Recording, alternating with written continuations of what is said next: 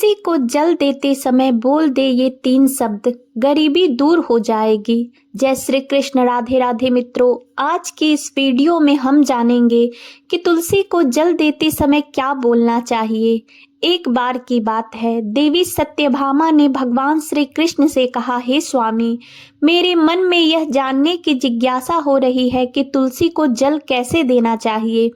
तुलसी को जल देने की सर्वोत्तम विधि कौन सी है तथा तुलसी को जल देने का मंत्र कौन सा है। कृपया आप मुझे इन सभी प्रश्नों का उत्तर दे। तब भगवान श्री कृष्ण सत्यभामा से कहते हैं, हे प्रिय, तुलसी को जल देते समय बोले जाने वाले मंत्र का बड़ा ही महत्व है। यह केवल 3 शब्दों का है, किंतु इसका प्रभाव बहुत कल्याणकारी है। जो भी मनुष्य नित्य तुलसी को जल देते समय अपने मुख से केवल यह 3 शब्द बोल देता है तो साक्षात लक्ष्मी उसके घर में प्रवेश करती है, उसकी दरिद्रता समाप्त हो जाती है, उसे धन धान्य की प्राप्ति होती है। वह मंत्र बताने से पूर्व मैं आपको तुलसी के इस मंत्र का महात्म्य सुनाता हूँ। इस महात्म को सुन लेने मात्र से ही मनुष्य के समस्त पाप नष्ट हो जाते हैं। उसे 100 वर्षों तक तुलसी को जल देने का पुण्य प्राप्त हो जाता है। इसलिए देवी, आप इस कथा को ध्यान से पूरा जरूर सुने। देवी सत्यभामा कहती है, हे प्रभु, मैं इस कथा को पूरा अवश्य सुनूंगी।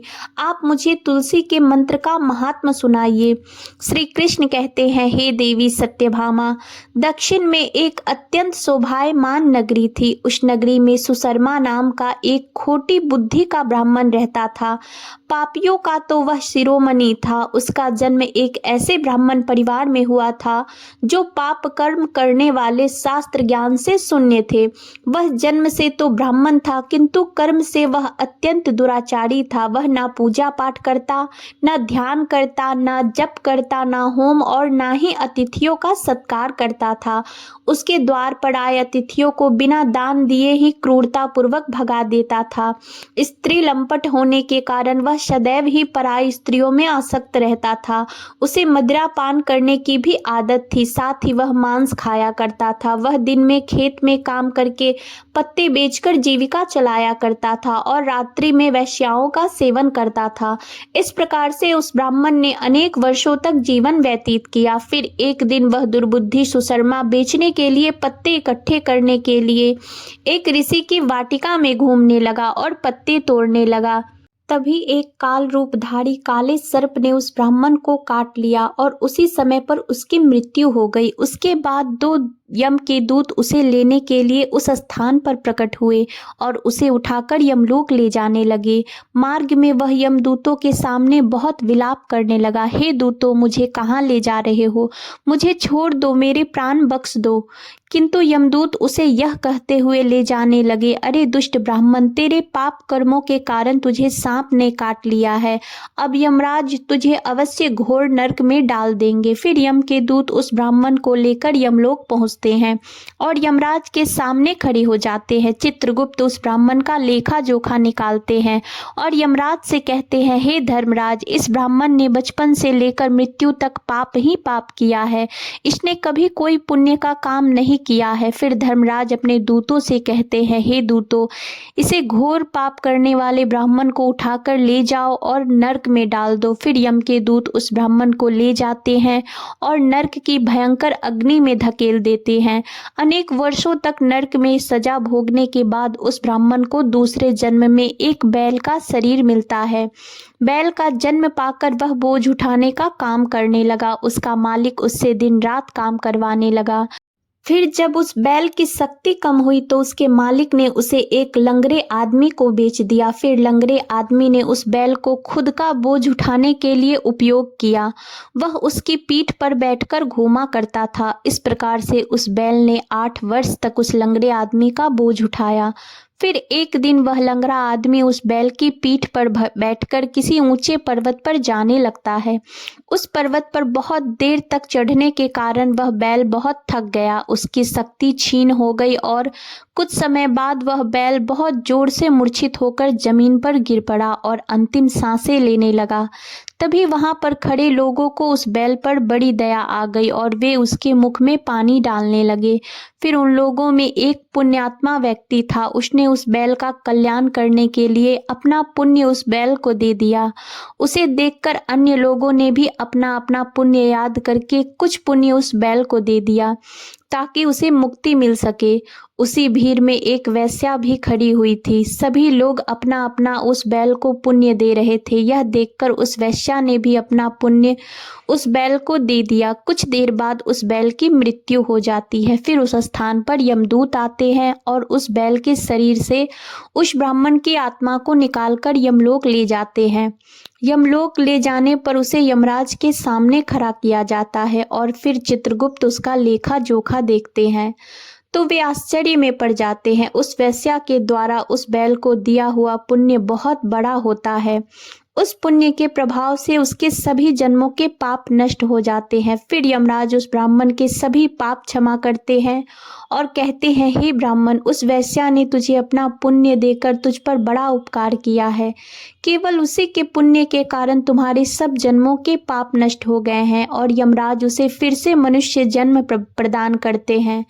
इस बार वह व्यक्ति पृथ्वी पर आकर एक उत्तम ब्राह्मण कुल में जन्म लेता है। उस महापुण्य के प्रभाव से उसे नए जन्म में अपने पूर्व जन्म की बातें याद आने लगती है। जब वह ब्राह्मण बड़ा हो जाता है तो उसे याद आता है कि पिछले जन्म में वह एक बैल था, तब एक वेश्या ने उसका पुण्य दे दिया था। इसलिए उसके मन में उस वेश्या के बारे में जानने की इच्छा होती है और उस महापुण्य के बारे में जानने के लिए उस वेश्या का पता लगाकर उसे ढूंढते हुए उसके नगर में चला जाता है।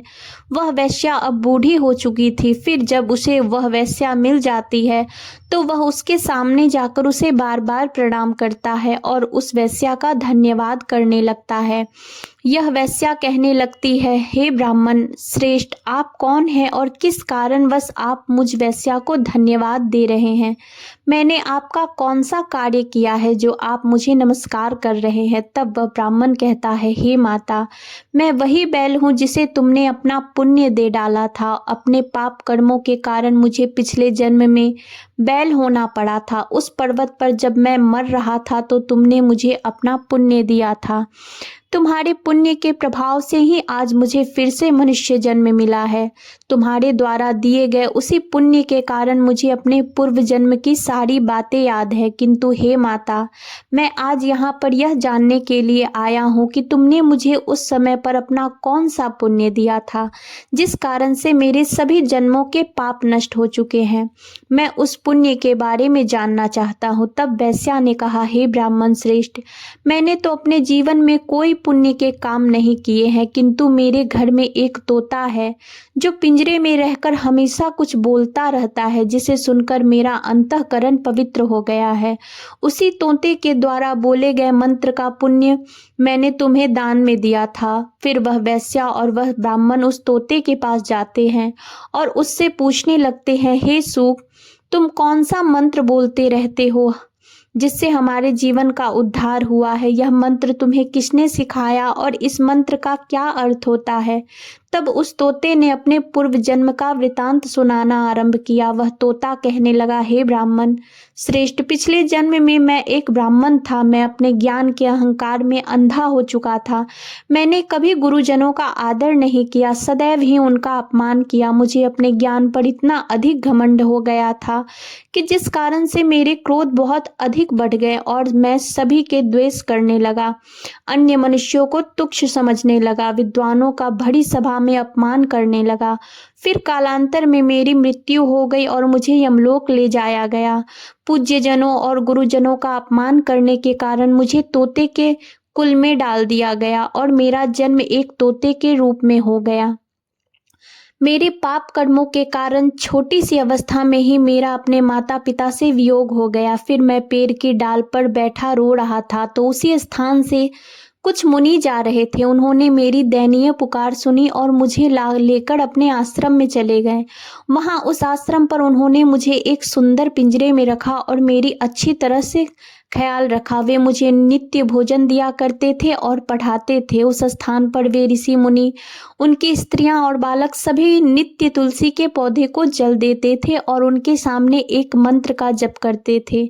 उन्हीं के मुख से बार बार उस मंत्र को सुनकर मैंने उसे रट लिया और तभी से मैं उस मंत्र को जान गया हूँ और वही मंत्र मैं दिन रात बोलता हूँ। उस मंत्र के प्रभाव से मेरी कभी मृत्यु नहीं हुई और मेरी आयु 100 वर्ष की हो गई है और मैं इतने वर्षों तक जीवित रहा। इसी बीच एक रात को एक चोर उस स्थान पर आ गया और उसने मुझे वहां से चुरा लिया और फिर इस वेश्या ने मुझे उस चोर से खरीद लिया।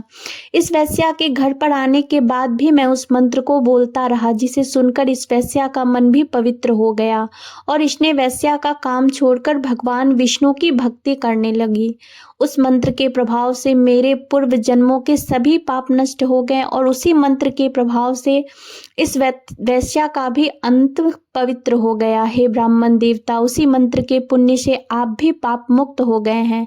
इस प्रकार से तोते ने उस ब्राह्मण को और उस वेश्या को सारा वृतांत सुना दिया, जिसे सुनकर वह ब्राह्मण और वेश्या दोनों ही अत्यंत प्रसन्न हुए और फिर वे दोनों ही नित्य तुलसी को जल देकर उस मंत्र का जप करने लगे। फिर वह तोता, वेश्या और वह ब्राह्मण तीनों उस मंत्र के प्रभाव से दिव्य विमानों में बैठकर विष्णु लोक को चले गए। श्री कृष्ण कहते हैं, हे देवी सत्यभामा, देखा आपने, केवल तुलसी के इस मंत्र के प्रभाव से उस तोते ने, उस वेश्या के और उस ब्राह्मण के सभी पाप नष्ट हो गए। इसलिए प्रत्येक मनुष्य को रोज तुलसी को जल देते समय इस एक मंत्र का उच्चारण अवश्य करना चाहिए। हे देवी, वह मंत्र इस प्रकार से है, इसे तुम ध्यान से सुनो। ओम वृंदावन स्वाहा, ओम वृंदावन स्वाहा। श्री कृष्ण कहते हैं, जो भी स्त्री नित्य तुलसी के समक्ष इस मंत्र का उच्चारण करेगी वह सौभाग्यशाली बनेगी। जो भी पुरुष तुलसी के सामने इस मंत्र का उच्चारण करेगा उसे अक्षय धन की प्राप्ति होगी। जिस घर के सामने नित्य तुलसी की पूजा की जाएगी उस घर में साक्षात लक्ष्मी का वास होगा। तुलसी का यह मंत्र राजकल्पतरु है, यह समस्त फलों को प्रदान करने वाला है। अतः जो भी तुलसी के सामने इस मंत्र का उच्चारण करेगा उसे संपूर्ण सिद्धियां प्राप्त होंगी। स्त्रियों को सदैव ही स्नान करके अपने बाल बांधकर मांग में सिंदूर भरकर नित्य तुलसी को जल देना चाहिए और इस मंत्र का उच्चारण करना चाहिए। रोज तुलसी के पौधे की परिक्रमा करनी चाहिए, इससे सभी दोष नष्ट हो जाते हैं। नित्य शाम के समय तुलसी के पास दीपक जलाना चाहिए और तुलसी के पास बैठकर भगवान विष्णु की आराधना करनी चाहिए। तुलसी के पास दीपक जलाने से मनुष्य को धन धान्य की प्राप्ति होती है। हजारों अमृत के घरों से नहलाने पर भी श्री हरि को उतनी तृप्ति नहीं होती जितनी वे मनुष्यों के द्वारा तुलसी का एक पत्ता चढ़ाने से प्राप्त करते हैं। 10,000 गाय के दान से मानव को जो फल प्राप्त करता है वही फल तुलसी पत्र के दान से पा लेता है। जो मृत्यु के समान अपने मुख में तुलसी पत्र का जल पा जाता है वह संपूर्ण पापों से मुक्त होकर श्री कृष्ण के धाम जाता है। श्री कृष्ण कहते हैं, पूर्णिमा, अमावस्या, द्वादशी और सूर्य संक्रांति के दिन मध्याह्न काल, रात्रि और असौच के समय तेल लगाकर बिना स्नान किए अथवा बिना हाथ पैर धोए रात्रि के वस्त्र पहनकर तुलसी पत्र तोड़ता है वह महापाप होता है। श्राद्ध, व्रत, दान, प्रतिष्ठा तथा देव पूजा के लिए तोड़े हुए तुलसी पत्र बासी होने पर भी 3 रात्रि तक पवित्र ही रहते हैं। तुलसी का एक एक पत्ता ना तोड़कर पत्तियों के साथ अग्रभाग को तोड़ना चाहिए। तुलसी की मंजरी सब फूलों से बढ़कर मानी जाती है। तुलसी मंजरी तोड़ते समय उसमें पत्तियों का रहना भी आवश्यक माना गया है। पूज्य भाव से पौधे को हिलाए बिना तुलसी के अग्रभाग को तोड़ना चाहिए, इससे पूजा का फल लाख गुना बढ़ जाता है।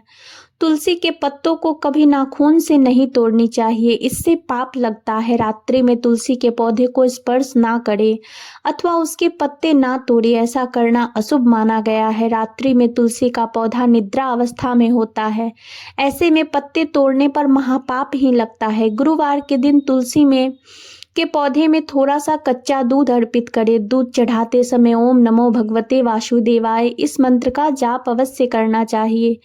तुलसी के पौधे के पास शालिग्राम रखें और उस पर 3 तिल चढ़ाए। पूजा में तुलसी और शालिग्राम को दूध में भीगी हल्दी का तिलक अवश्य करें।